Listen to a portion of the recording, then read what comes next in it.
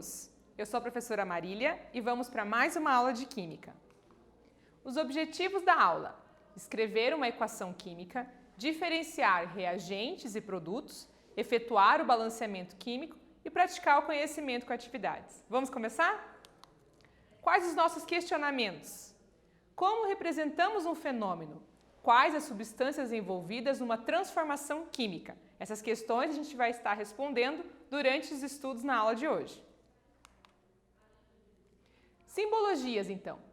Em várias áreas da sociedade existem símbolos que indicam algumas informações. Aqui a gente tem exemplos de alguns símbolos que estão no nosso dia a dia. Por exemplo, as placas de trânsito, os símbolos que vêm impressos nas etiquetas das roupas, que nos indicam qual é a temperatura correta para lavar, se você pode ou não usar alvejante, se você pode ou não usar a máquina de secar a roupa, se você pode ou não lavar a seco, e informações que aparecem no rótulo de alguns produtos, indicando se ele tem um risco biológico, se ele é tóxico, explosivo, inflamável ou irritante, por exemplo. Então, esses símbolos estão no nosso dia a dia e a química tem muitos símbolos e hoje a gente vai ver alguns deles. As equações químicas, então, são mecanismos semelhantes, às equações matemáticas e que a gente usa para expressar o acontecimento aí da combinação das substâncias. Uma equação química é a representação qualitativa e quantitativa de uma reação química e a gente tem uma reação hipotética aqui, do A mais B formando C mais D. Então, o A, o B, o C e o D são substâncias. Aqui a gente tem reagentes, o A e B, que vão formar os produtos C e D. A gente sempre separa a seta indicando qual é o caminho que está ocorrendo essa reação e separamos sempre reagentes e produtos. Essas equações sempre apresentam uma estrutura em que as fórmulas das substâncias iniciais, chamadas de reagentes, são escritas do lado esquerdo da seta e as fórmulas das substâncias finais, ou seja, os produtos, são escritos do lado direito da seta. Então, reagentes é o primeiro membro aqui, está sempre do lado esquerdo da seta e o produto está sempre do lado direito da seta. Se eu inverter a posição da seta aqui, eu estou invertendo quem é reagente e quem é produto. Então, sempre a gente costuma indicar essa direção aqui, a seta sempre está apontando para o lado direito, indicando a formação dos produtos. Então, reagentes para um lado, produtos para o outro. Por exemplo, imagine que o gás hidrogênio reaja com o gás oxigênio para formar a água. A equação química simplificada que representa essa reação é a seguinte. Então, tem o H2, que é a fórmula molecular aqui do nosso gás hidrogênio, mais o O2, que é o gás oxigênio, são os reagentes que juntos formam o nosso produto, que é a água H2O. Escrita desse modo, a equação química mostrou os aspectos qualitativos da reação, ou seja, quais são as substâncias que reagiram para formar o nosso produto. Aqui eu estou te mostrando quais são as duas substâncias que unidas formam um único produto, de forma qualitativa. Não estou te dando quais foram as quantidades que eu usei de cada uma delas. Existem símbolos que podem ser acrescentados nas equações que indicam alguns aspectos qualitativos. Por exemplo, o G minúsculo aqui colocado entre parênteses indica que a substância em questão ali está gasosa, como nesse exemplo aqui a gente tem o O2 gasoso, o CO2 gasoso. O V minúsculo significa vapor. Nessa reação aqui foi produzido água na forma de vapor. O L para indicar líquido. Aqui o C2H6O líquido, está indicando aqui do lado.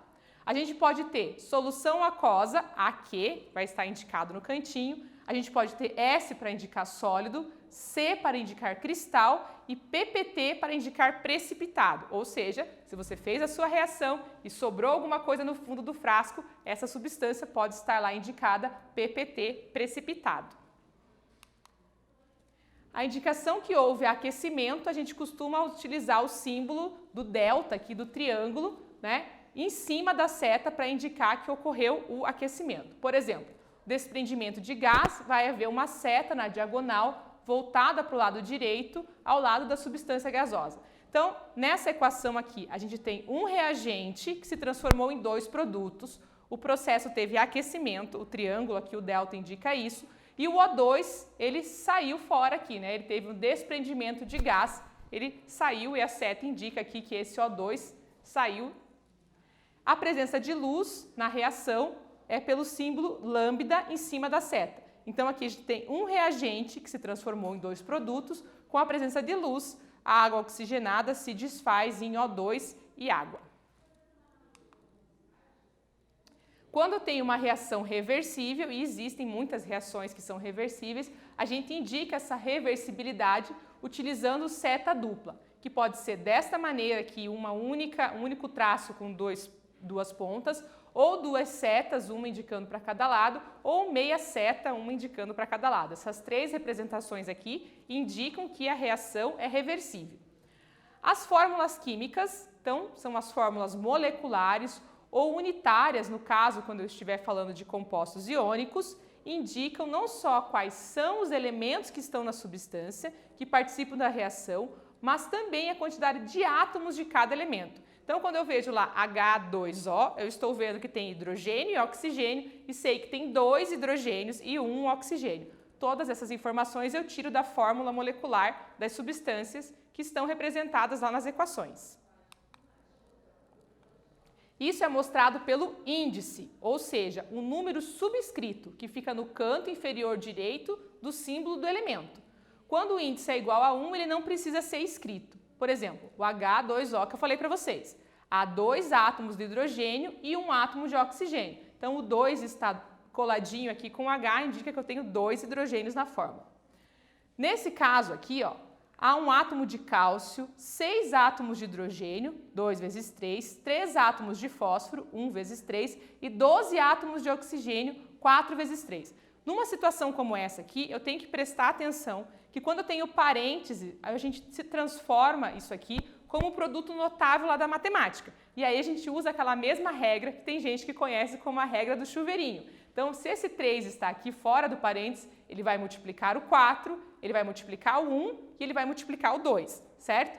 Então, eu tenho ali 1 átomo de cálcio, que está fora dessa história dos parênteses, 6 átomos de hidrogênio, 2 vezes 3, conforme a nossa regra do produto notável.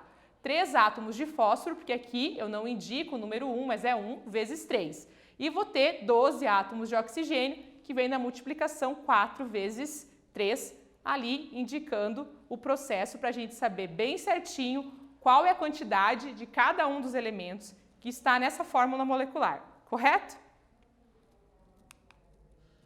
Os tipos de equações químicas, então. A classificação das equações químicas são determinadas pelo tipo de reação que ocorre e que são classificadas de 4 formas. Então, a gente tem reação de síntese ou adição. Então, a palavra síntese aqui para química, ela significa soma. Então, nesse caso, eu tenho A mais B que formou AB, ou eu tenho 2 reagentes que formam um produto. Então, eu tenho a soma dos reagentes para formar um produto.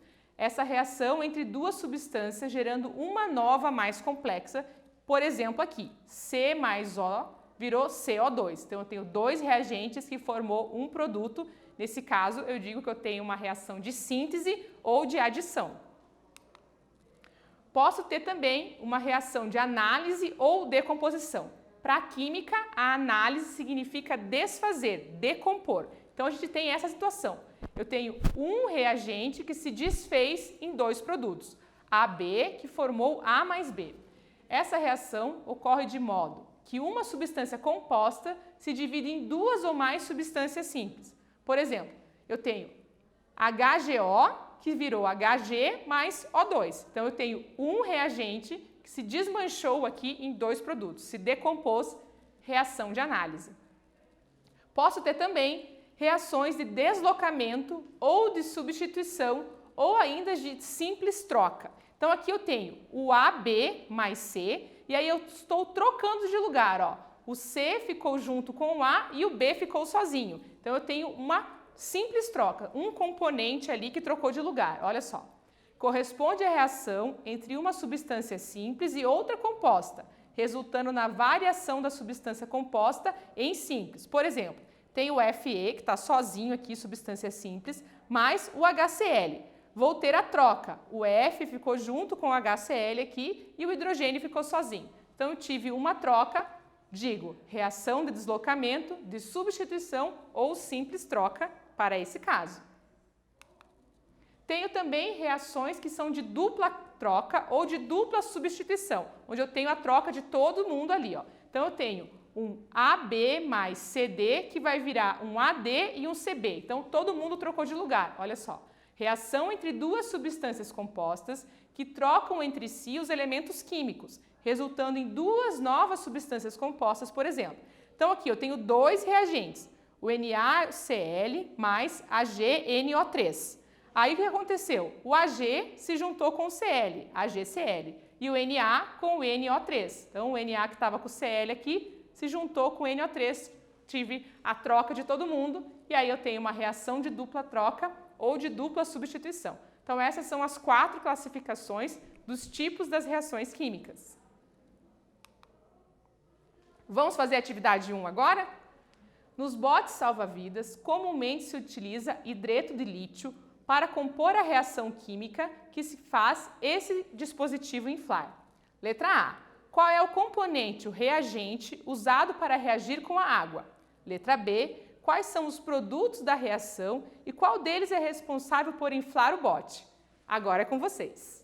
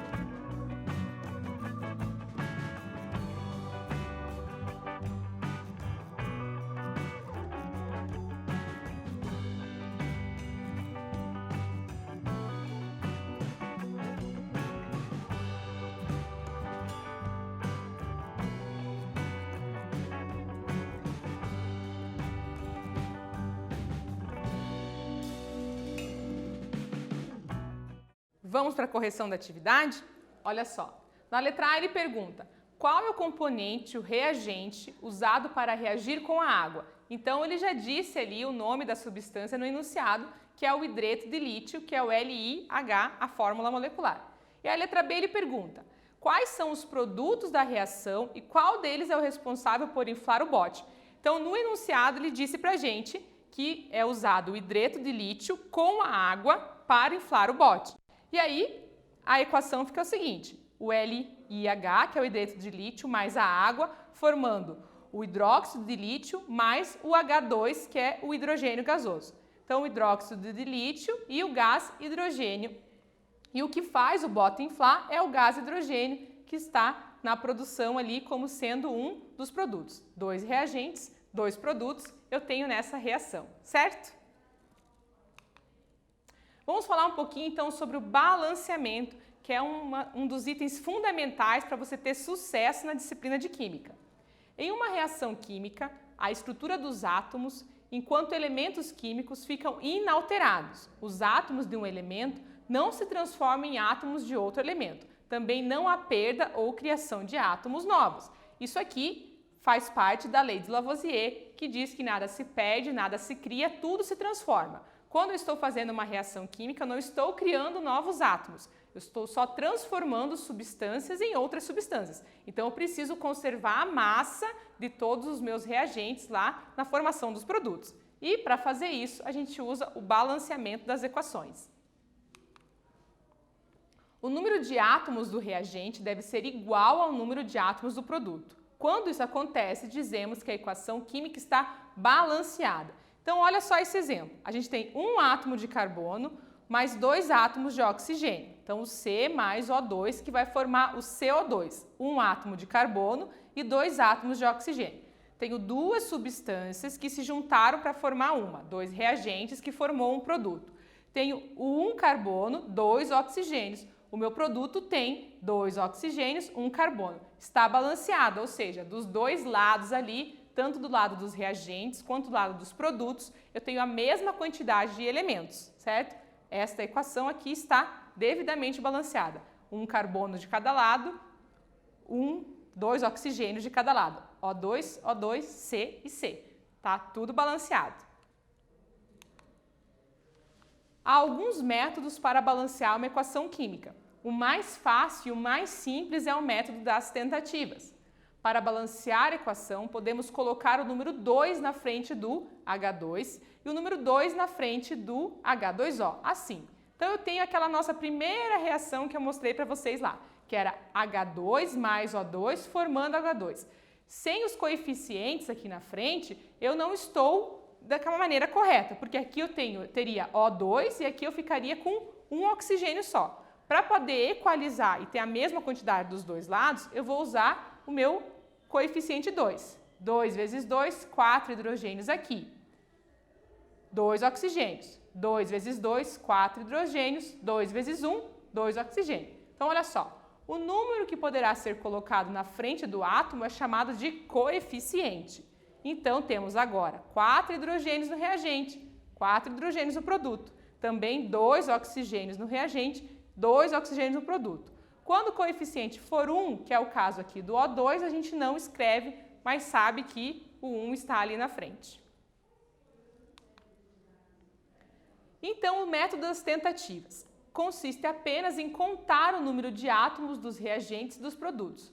Para facilitar, a gente pode começar acertando o coeficiente dos que são metais, em seguida não metais, depois oxigênio e por último hidrogênio. Nessa ordem. Então, primeiro eu identifico ali o que é metal na reação, depois não metal, oxigênio e hidrogênio. Mesmo que eu não siga essa ordem, é possível você fazer o balanceamento pelo método das tentativas. E olha só, o nome já diz tudo. Você vai tentando, você vai escolhendo números e é sempre o menor número inteiro possível. A gente começa tentando assim para fazer o balanceamento das nossas equações. Tentativa. Com a prática vai ficando mais fácil. Vamos fazer a atividade 2? Leia a frase seguinte e transforme em uma equação química balanceada. Uma molécula de hidrogênio gasoso contendo 2 átomos de nitrogênio por molécula reage com 3 moléculas de hidrogênio diatômico gasoso, produzindo 2 moléculas de amônia gasosa, a qual é formado por 3 átomos de hidrogênio e 1 de nitrogênio. Então, eu quero que você transcreva a frase aqui em uma equação química balanceada. Agora é com vocês.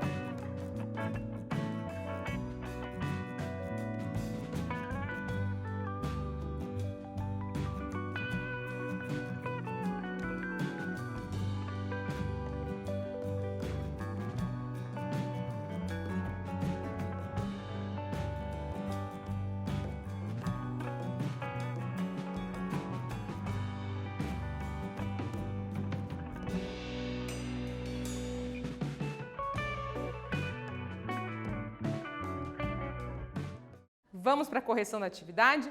Olha só, transcrevendo o que ele disse lá, ó. N2 mais 3H2, que ele diz que tem 3 partes do hidrogênio diatômico gasoso. Então, estou transformando a frase na representação. Então, 3H2, que formou 2NH3. Meu reagente, o meu produto, e aqui eu desenhei as bolinhas para ficar visualmente mais interessante. Certo? Vamos fazer a atividade 3? A reação a seguir não está balanceada. Faça o balanceamento utilizando os menores coeficientes possíveis. Use o método das tentativas. Agora é com vocês.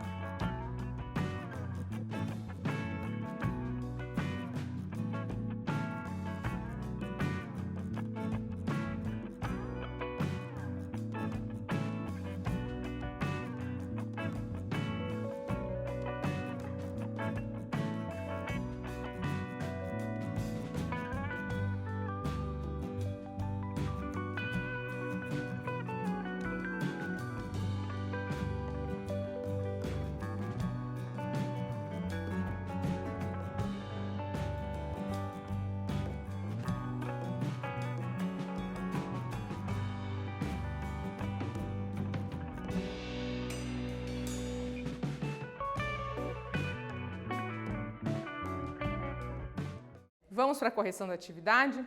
Olha só, ele tem a equação aqui e ele pede o balanceamento. Utilizando o método das tentativas, a ordem de balanceamento pode ser assim. Primeiro passo, com o elemento que aparece apenas uma vez em cada membro e tem maior índice é o cálcio. Iniciamos o balanceamento por ele. Então, aqui eu tenho Ca3, vou colocar um 3 aqui do outro lado como tentativa para equalizar. Segundo passo, seguindo o balanceamento pelo radical PO4,3, que também só aparece uma vez. Então, o PO4, ele está aqui, aparece uma vez só. E aí tem 2 dele aqui, porque está dentro do parênteses, vou colocar o 2 aqui na frente.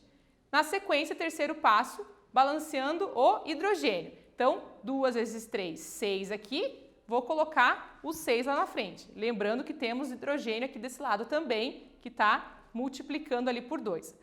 Automaticamente, a quantidade de oxigênio foi ajustada e o balanceamento da equação é o seguinte. Então, tenho 3 para a primeira substância, 2 para a segunda, o primeiro produto aqui não tenho nenhum coeficiente, ficou o número 1, e a água lá com o coeficiente 6. Dessa forma, a gente tem a mesma quantidade de cada um dos componentes dos dois lados da reação, tanto no reagente quanto no produto. Vamos pensar um pouquinho sobre a aula, trouxe uma reportagem aqui para vocês. Tecnologia universal trata esgoto e efluentes de qualquer indústria. Soluções ácidas e alcalinas são reagentes químicos usados na indústria, conforme demonstraram os testes feitos pela equipe em uma empresa de mineração de fertilizantes. Ou seja, nós não apenas não descartamos resíduos da produção de potássio, mas os processamos em um produto comercializável usando matéria-prima de custo zero, acrescentou Cherepanov. Isso significa que a indústria do potássio não precisa comprar reagentes químicos, eles vão retirá-los do lixo da pós-produção. O que ele traz para a gente nessa reportagem é o tratamento do resíduo para extrair de lá um componente que pode ser usado como matéria-prima lá para a indústria e virar um reagente. Assim dá uma segunda chance aí, porque já tinha virado rejeito de uma indústria, pode ser o reagente para outra.